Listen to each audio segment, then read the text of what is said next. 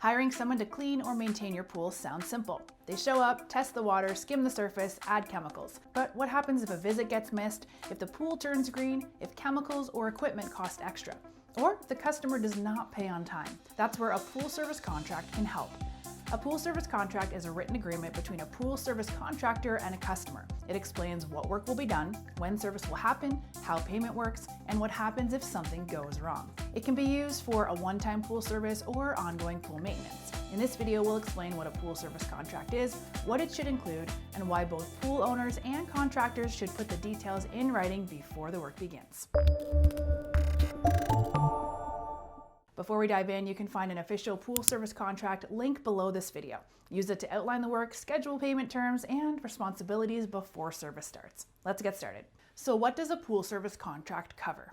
A pool service contract formalizes the arrangement between the customer and the contractor.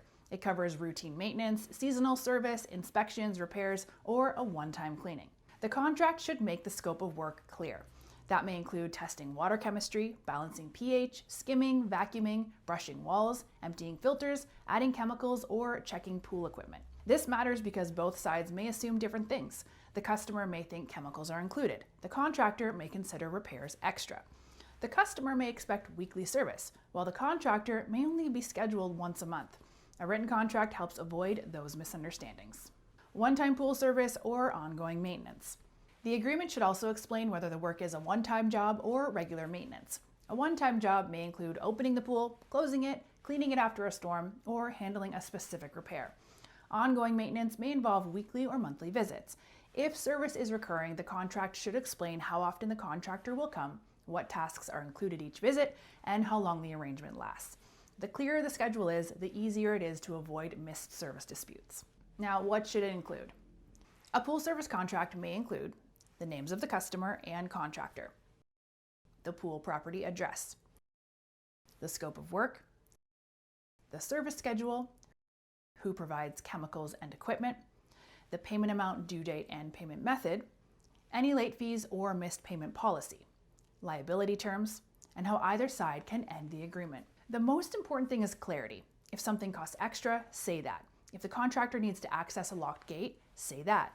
If weather or equipment problems may affect service, explain how that will be handled. Let's cover why payment and cancellation terms matter.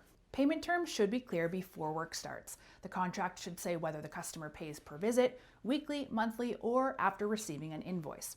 For larger jobs, it may also explain whether a deposit is required. Cancellation terms matter too.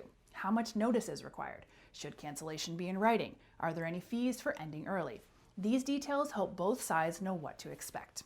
Bottom line, a pool service may seem straightforward, but unclear expectations can create problems fast.